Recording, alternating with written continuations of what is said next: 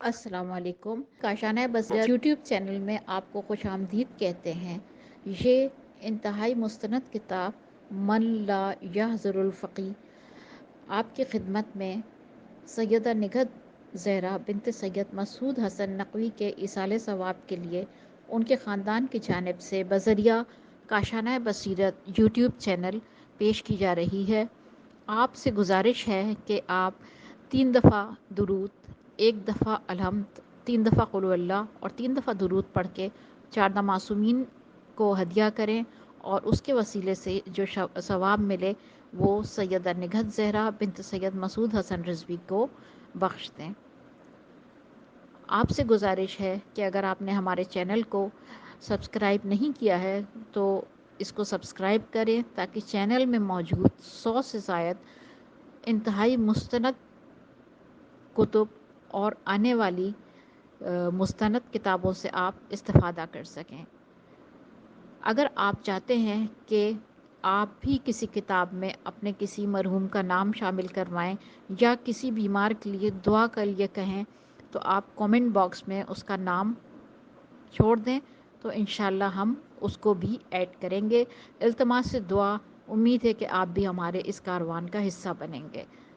بسم اللہ الرحمن الرحیم. السلام علیکم سامعین، یہ ہے کاشانہ بصیرت کا یوٹیوب چینل جہاں پر ہم انتہائی مستند کتب کا مطالعہ کرتے ہیں. آج کل جس کتاب کو ہم مل کر پڑھیں اس کا نام ہے من لا یحضر الفقی کی جلد 2. آئیے اس 2 جلد میں ہم نے لاسٹ ریڈنگ کے پارٹ میں جس چیپٹر کو پڑھنے کا آغاز کیا تھا وہ زکوٰۃ کے حوالے سے تھا اور ہم پڑھ رہے تھے نصاب زکوٰۃ. تو آئیے اب باقاعدہ ریڈنگ کا آغاز کرتے ہیں. پارٹ نمبر 3 ہے ریڈنگ کا اور حدیث نمبر 1608 پہ لکھا ہے حضرت علی علیہ السلام نے ارشاد فرمایا زکوٰۃ کا مال جب تک کہ قبضے میں نہ آ جائے اس کو فروخت نہ کیا جائے. اور اس کا حوالہ ہے کلینی رحم اللہ نے اسے موثق حدیث سے میں بیان کیا ہے. آگے چلتے لکھا ہے اس کتاب کے مصنف علیہ رحمہ فرماتے ہیں کہ اونٹ کو جب سے وہ ماں کے پیٹ سے پیدا ہوا ہے 1 سال تک ہوار ہے پہ پیش ہے، ہے واو الف رے ہوار کہتے ہیں، اور جب دوسرے سال میں داخل ہو جائے تو ابن مخاز میم خے الف زواد کہتے ہیں، اس لیے کہ اس کی ماں پھر حاملہ ہو جاتی ہے. اور جب تیسرے سال میں داخل ہو جائے تو اس کو ابن لبون کہتے ہیں، اس لیے کہ اس کی ماں نے پھر بچہ جنا اور اب وہ دودھ والی ہے. اور جب چوتھے سال میں داخل ہو جائے تو اس کو حقہ اور مؤنث کو حقتن کہتے، حقہ اور حقتن مؤنث کو کہتے ہیں، اس لیے کہ وہ اب اس قابل ہے کہ اس پر سوار ہو جائے. اور جب 5ویں سال میں داخل ہو جائے تو اس کو جزا جیم زے عین ہے جزا کہتے ہیں. اور جب 6 سال میں داخل ہو تو اس کو سنیہ سے نون یہ ہے کہتے ہیں، اس لیے کہ اس نے اپنے 2 دانت گرا دیے ہیں. اور جب 7ویں سال میں داخل ہو تو اس کو ربا رے پہ زبر ہے رے بے الف عین کہتے ہیں، اس لیے کہ اس نے اپنے ربائیہ یعنی سامنے کے 4 دانت گرا دیے. اور جب 8ویں سال میں داخل ہو جائے تو اپنے ربائیہ کے بعد والے دانت بھی گرا دیتا ہے اور اس کو سدیس سین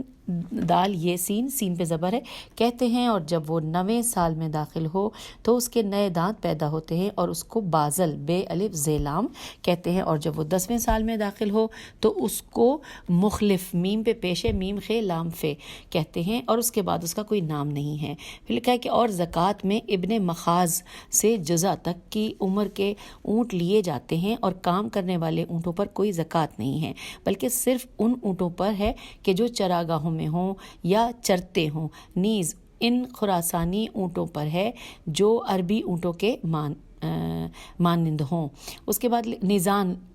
نیز لکھا نیزان خراسانی اونٹوں پر ہے جو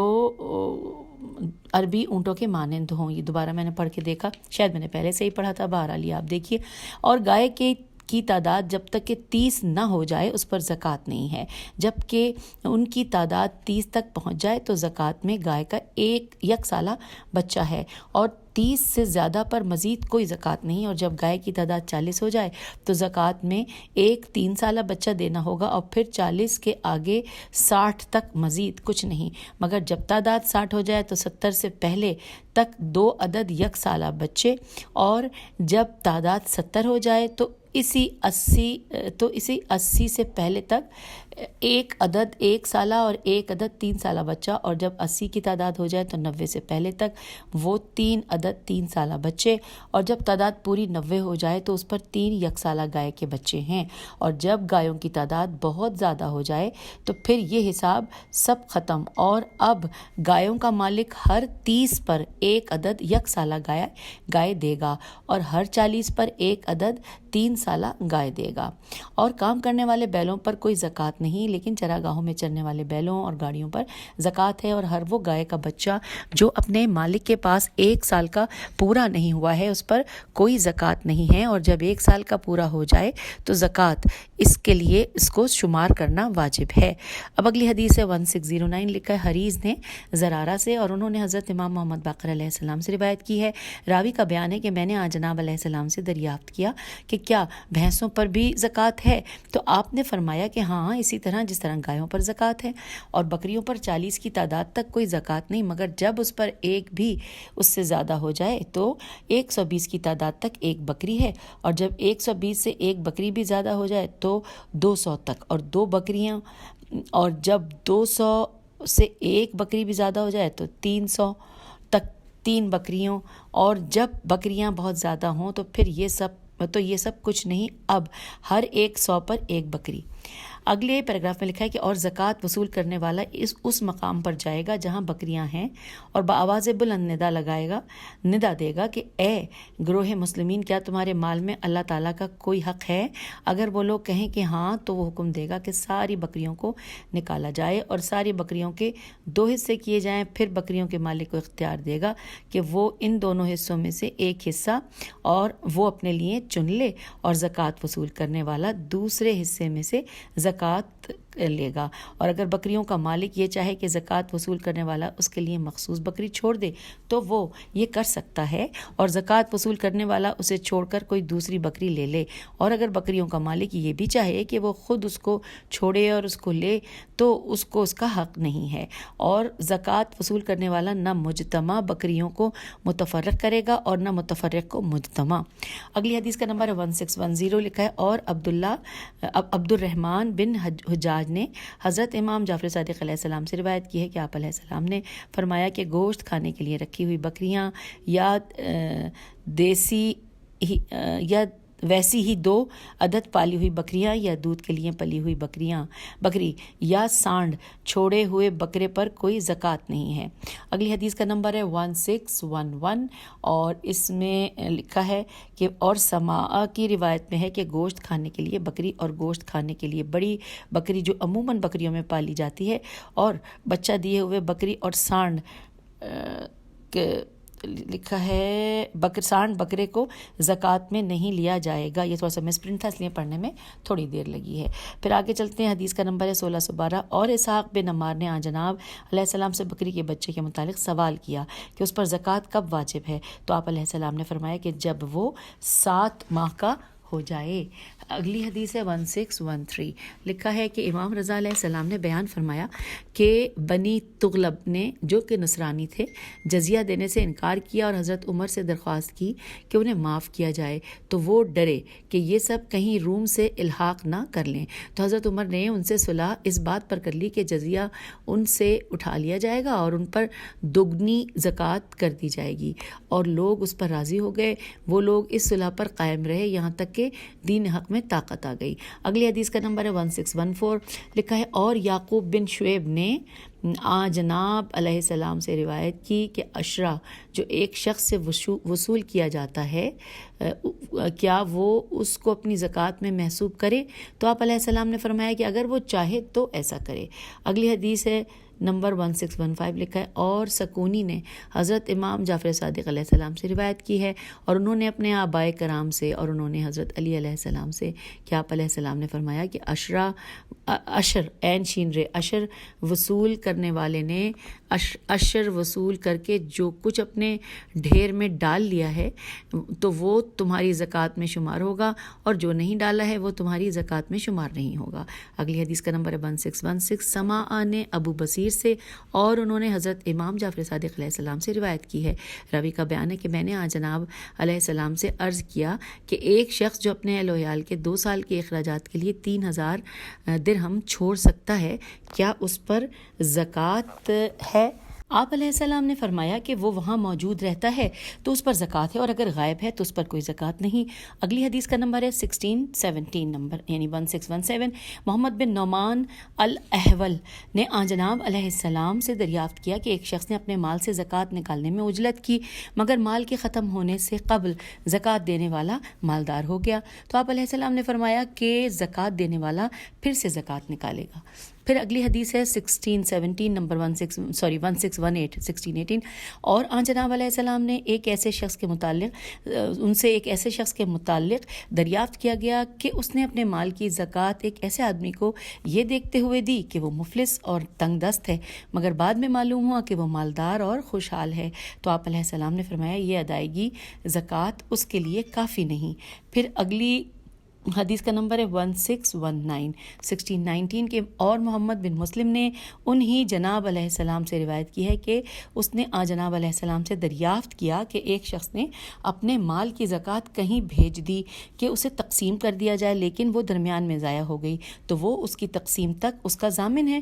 تو آپ علیہ السلام نے فرمایا کہ مگر اس کو مستحقین مل گئے تھے اور اس نے انہیں نہیں دیا اور دوسری جگہ بھیج دیا، تو وہ اس کا ضامن اور ذمہ دار ہے جب تک کہ مستحقین کو نہ پہنچا دے، اور اگر اس کو زکوٰۃ کا مستحق کوئی نہیں ملا تھا تو جس کو کہ یہ دیتا، اس لیے اس نے دوسری جگہ بھیجا کہ مستحقین کو پہنچ جائے، تو اب اس پر کوئی ذمہ داری اور ضمانت نہیں ہے، اس لیے کہ رقم زکوٰۃ اس کے ہاتھ سے نکل چکی ہے۔ اور اسی طرح وہ وصی کہ جس کو وصیت کی گئی ہے وہ اس وقت تک ذمہ دار ہے کہ جس کو دینے کے لیے وصیت کی گئی ہے وہ اس کو مل جائے، اگر وہ نہ ملے تو پھر وصی پر کوئی ذمہ داری اور ضمانت نہیں ہے۔ حوالہ ہے کلینی رحم اللہ نے اسے سند حسن سے بیان کیا ہے۔ آگے چلتے ہیں، حدیث نمبر 1620 لکھا ہے کہ ابو بصیر نے حضرت امام محمد باقر علیہ السلام سے روایت کی ہے، آپ علیہ السلام نے فرمایا کہ ایک شخص جب اپنے مال سے زکوٰۃ نکال دے اور جس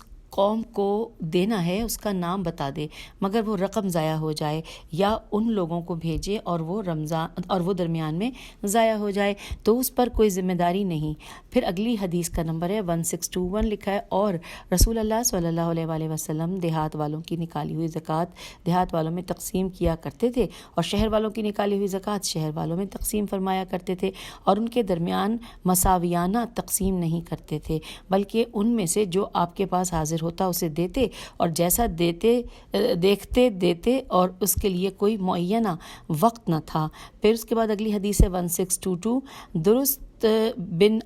درست دال رے سینتے بن ابی منصور کی روایت میں ہے کہ ابو عبداللہ علیہ السلام نے اس شخص کے متعلق جو اپنے مال کی زکوٰۃ اپنے شہر کو چھوڑ کر دوسرے شہر کو بھیجتا ہے فرمایا کہ کوئی حرج نہیں اگر وہ اس میں سے 1/3 یا 1/4 بھیجے۔ اب اگلی حدیث کا نمبر ہے 1623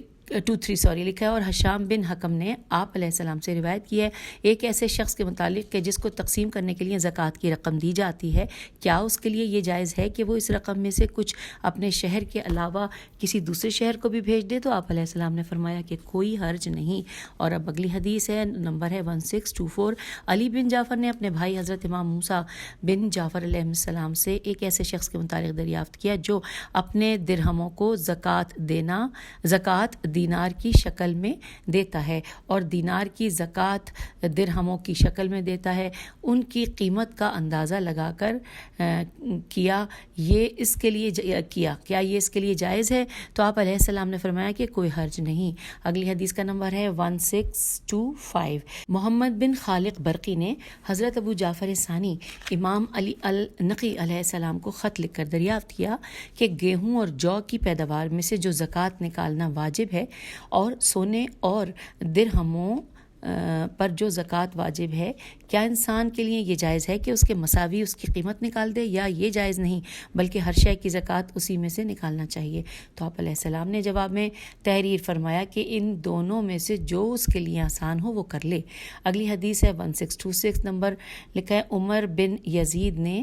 ایک مرتبہ حضرت امام جعفر صادق علیہ السلام سے دریافت کیا کہ ایک شخص نے زکوٰۃ سے بچنے کے لیے کوئی زمین یا کوئی گھر خرید لیا، کیا ایسا کرنا اس کے لیے موجب گناہ ہے؟ تو آپ علیہ السلام نے فرمایا نہیں، بلکہ اس کی جگہ وہ زیورات یا چاندی خریدے تو بھی اس پر کوئی گناہ نہیں، اس لیے کہ اس نے حق اللہ ادا نہ کر کے جو رقم بچائی ہے اس سے زیادہ اس نے اپنی رقم کو منجمد کر کے خود کو اس کے نفع سے محروم کر لیا۔ اگلی حدیث کا نمبر ہے 1627، لکھا ہے زرارہ اور محمد بن مسلم نے حضرت امام جعفر صادق علیہ السلام سے روایت کی ہے کہ آپ علیہ السلام نے فرمایا کہ جس کسی کے پاس مال ہو اور اسے رکھے ہوئے 1 سال ہو جائے تو وہ اس میں سے زکوٰۃ دے۔ تو عرض کیا گیا کہ اور اگر وہ سال پورا ہونے سے 1 ماہ یا 1 دن پہلے وہ مال کسی کو ہبہ کر دے تو آپ علیہ السلام نے فرمایا کہ پھر تو اس پر کوئی زکوٰۃ لازم نہیں ہے۔ اب آگے چلتے ہیں، لکھا ہے ساتھ ساتھ کہ زرارہ نے جناب علیہ السلام سے یہ دریافت کی ہے کہ آپ علیہ السلام نے فرمایا کہ یہ اس شخص کے مانند ہوگا جو ماہ رمضان میں 1 دن افطار کرے، روزہ نہ رکھے اور کچھ کھا لے، پھر دن کے آخری ساتھ میں سفر پر روانہ ہو جائے اور اس کی اس سفر سے یہ نیت ہو کہ وہ کفارہ باطل ہو جائے اور جو اس پر واجب ہو گیا تھا۔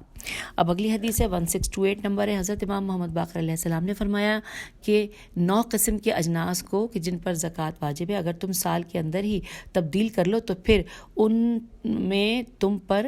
کوئی زکوٰۃ نہیں ہے۔ اگلی حدیث ہے 1629، حضرت امام محمد باقر علیہ السلام اور حضرت امام جعفر صادق علیہ السلام نے سے دریافت کیا گیا کہ ایک شخص کے پاس اپنا گھر، ملازم اور غلام ہے، کیا وہ زکوٰۃ قبول کرے؟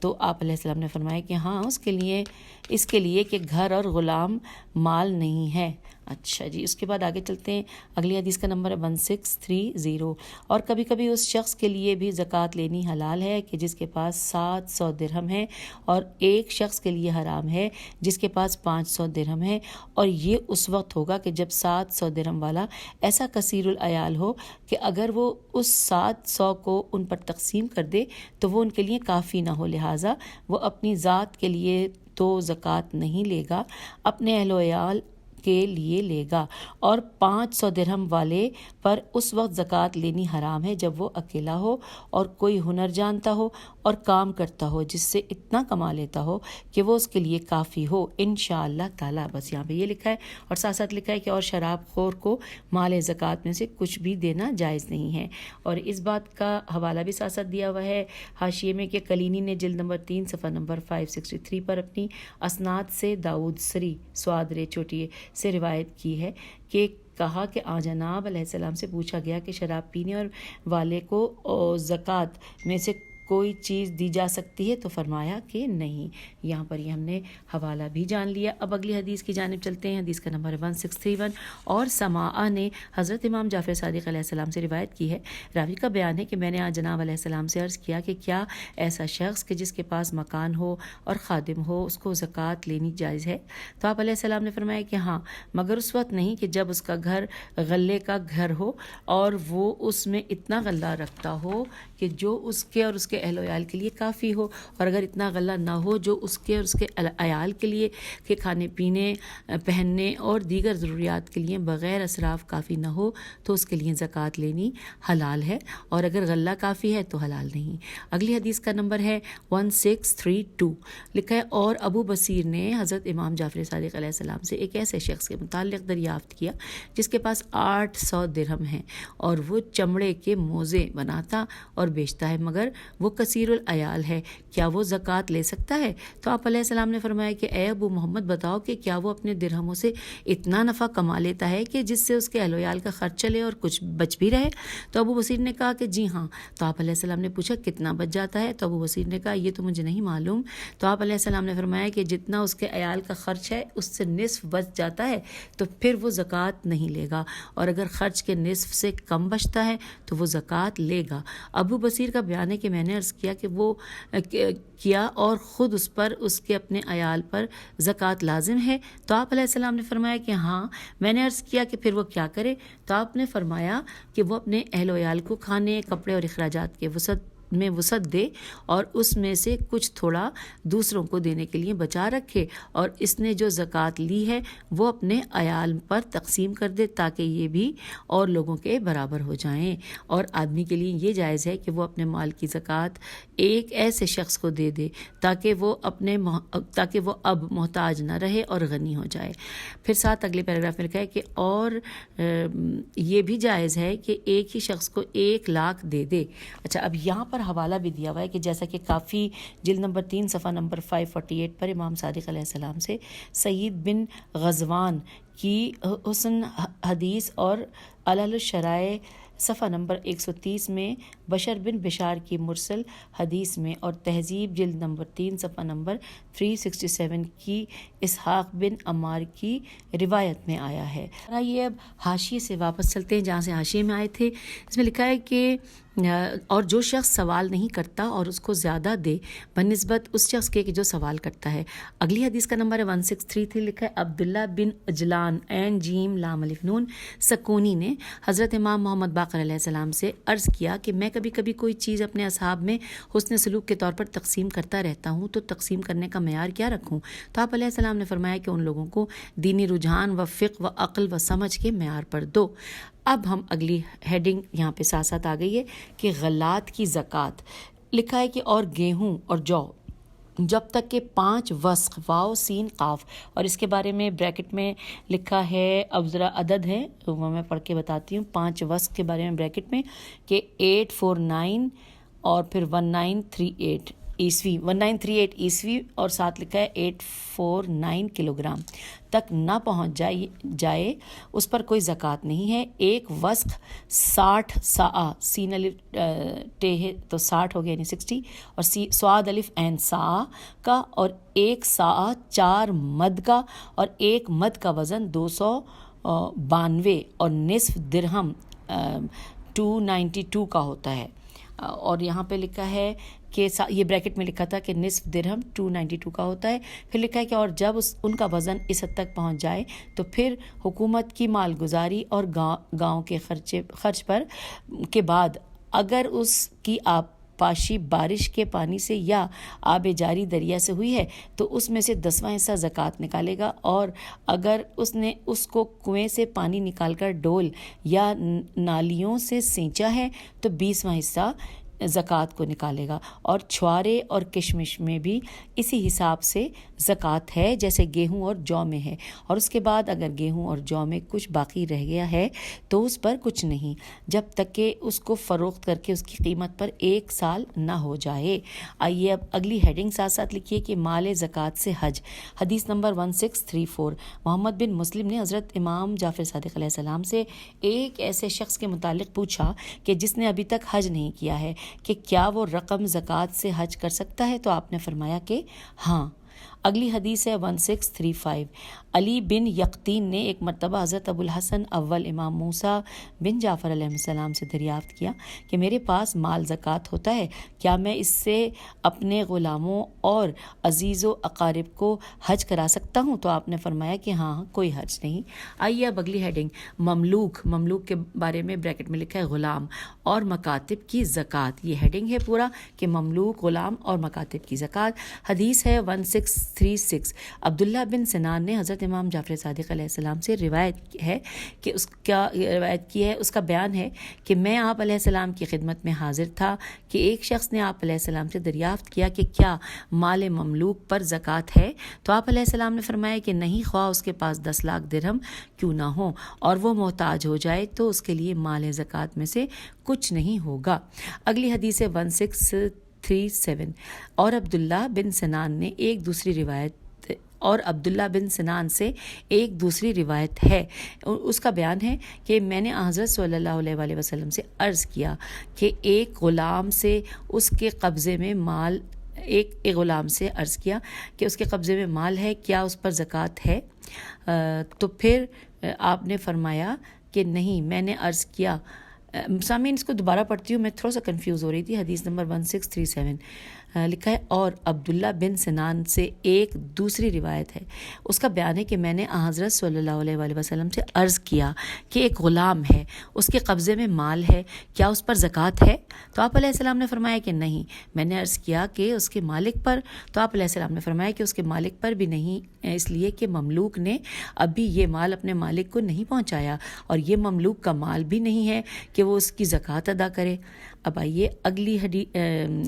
نمبر حدیث کی جانب 1638 لکھا ہے اور وہب بن وہب نے کی روایت میں حضرت امام جعفر صادق علیہ السلام سے، انہوں نے آبائے کرام سے اور انہوں نے حضرت علی علیہ السلام سے روایت کی ہے کہ آپ علیہ السلام نے فرمایا کہ غلام مکاتب کے مال میں زکوٰۃ نہیں ہے۔ اب یہ مکمل ہو گئی ہیڈنگ مملوک والی۔ اگلی ہیڈنگ کی جانب چلتے ہیں، بنی ہاشم کے لیے زکوٰۃ میں حصہ۔ حدیث نمبر 1639 ابو خدیجہ سالم بن مکرم جمال نے حضرت امام جعفر صادق علیہ السلام سے روایت کی ہے کہ آپ علیہ السلام نے فرمایا کہ بنی ہاشم میں سے جو زکوٰۃ لینا چاہے اسے دو، وہ اس کے لیے حلال ہے،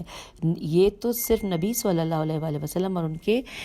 بعد ائمہ علیہ السلام پر حرام ہے۔ اگلی حدیث ہے 1640 قاسم بن سلیمان نے حضرت امام جعفر صادق علیہ السلام سے روایت کی ہے کہ آپ علیہ السلام نے فرمایا کہ نبی صلی اللہ علیہ وآلہ وسلم کے صدقات اور حضرت علی علیہ السلام کے صدقات بنی ہاشم کے لیے حلال ہیں۔ اگلی حدیث ہے 1641 حلبی نے ان ہی جناب علیہ السلام سے روایت کی ہے کہ آپ علیہ السلام نے فرمایا حضرت فاطمہ سلام اللہ علیہ نے اپنے صدقات بنی ہاشم اور بنی عبد المطلب کے لیے جائز قرار دے دیے تھے۔ اگلی حدیث کا نمبر ہے 1642 آئیے جانتے ہیں، محمد بن اسماعیل بن بزی بیز یہ عین نے روایت کی ہے، اس نے کہا کہ میں نے حضرت امام رضا علیہ السلام کی خدمت میں اپنے خاندان کے بعض افراد کی طرف سے کچھ دینار بھیجے اور اس کے ساتھ آپ علیہ السلام کو خط لکھا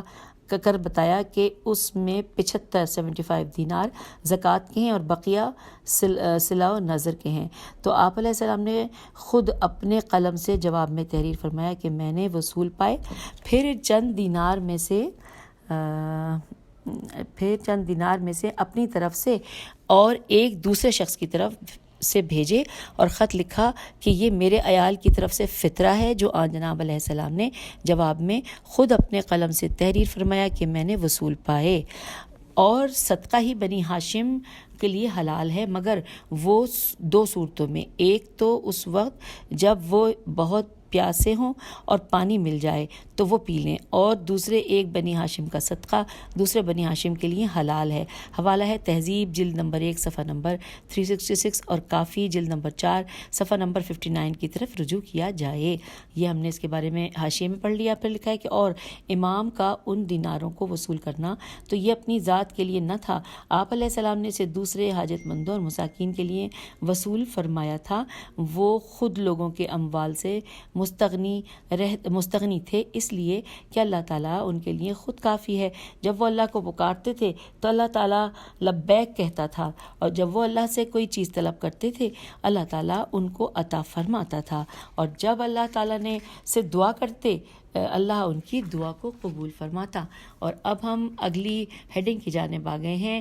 ہیڈنگ ہے زکوٰۃ کے متعلق چند نادر احادیث۔ آئیے سامعین، یہ وہ آخری ہیڈنگ ہے جو کہ ہم اپنی ریڈنگ کی اس نشست میں پڑھیں گے، اور اس میں 3 احادیث میں سے ہم تعلیمات حاصل کریں گے۔ تو آئیے پڑھتے ہیں، ہیڈنگ ہے زکوٰۃ کے متعلق چند نادر احادیث۔ حدیث کا نمبر ہے 1643 علی بن یقطین سے روایت ہے، اس کا بیان ہے کہ ایک مرتبہ میں نے حضرت امام ابو الحسن اول امام موسیٰ بن جعفر علیہ السلام سے عرض کیا کہ ایک شخص مر گیا، اس پر زکوٰۃ واجب الادا تھی، اور اس نے وصیت کی تھی کہ میری طرف سے زکوٰۃ ادا کر دی جائے۔ اب اس کی اولاد محتاج ہے کہ اگر زکوٰۃ ادا کر دی جائے تو یہ ان کے لیے بہت زیادہ مضرت کا سبب ہوگا، میم زواد رہتے۔ تو آپ علیہ السلام نے فرمایا اولاد کو چاہیے کہ زکوٰۃ نکال دیں اور پھر وہ زکوٰۃ اپنے لیے واپس لے لیں، پھر اس میں سے کچھ نکالیں اور اسے دوسروں کو دے دیں۔ اور اب اگلی حدیث ہے 1644 اور اسماعیل بن جابر نے روایت کی ہے کہ میں نے حضرت امام جعفر صادق علیہ السلام سے روایت کیا کہ کیا ایک شخص کے لیے یہ جائز ہے کہ اگر وہ محتاج نہ بھی ہو تو زکوٰۃ لے لے اور اس کو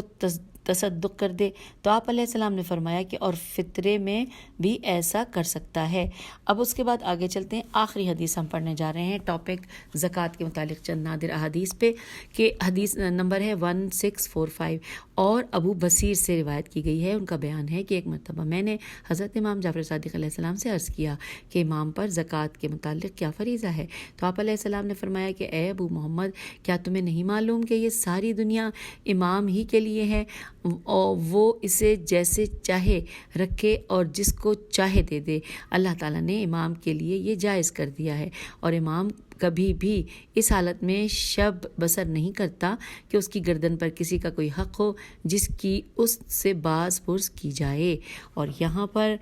ٹاپک کے حوالے سے ہم اب سے اجازت چاہیں گے. ہم نے تو کافی کچھ پڑھ لیا ہے، ٹائم بھی اب ہمیں دامن وقت میں بھی گنجائش نہیں ہے. اچھا، آگے یہ بھی بتاتی چلوں کہ ہم اگلی ریڈنگ کے پارٹ نمبر 4 میں خمس کے بارے میں بہت کچھ جانیں گے اور تمام احادیث سے تعلیمات حاصل کریں گے. خمس کے ساتھ ساتھ اس میں آگے کھیتی کاٹنے اور پھل توڑنے کا حق، اس کے بارے میں بھی ہے. پھر حق معلوم اور عاریتاً کوئی شے لینے والے کا حق، یہ بھی ہم جانیں گے. اور خراج اور جزیہ، اس کے بارے میں بھی پڑھیں گے. اور اس کے بعد داد و دہش اور نیکی کرنے کی فضیلت، یہ ساری چیزیں ہم انشاءاللہ، قرض دینے کا ثواب بھی شاید ہم پڑھ سکیں اور قرض داروں کو مہلت دینے کا ثواب. یہ وہ سارے ہیڈنگز ہیں جو میں آپ کو اگلے کی صفحات میں سے بتا رہی ہوں کہ جو ہم انشاءاللہ اپنی نیکسٹ ریڈنگ کے پارٹ میں پڑھیں گے. تب تک کے لیے اجازت دیجیے. خدا حافظ. فی امان اللہ.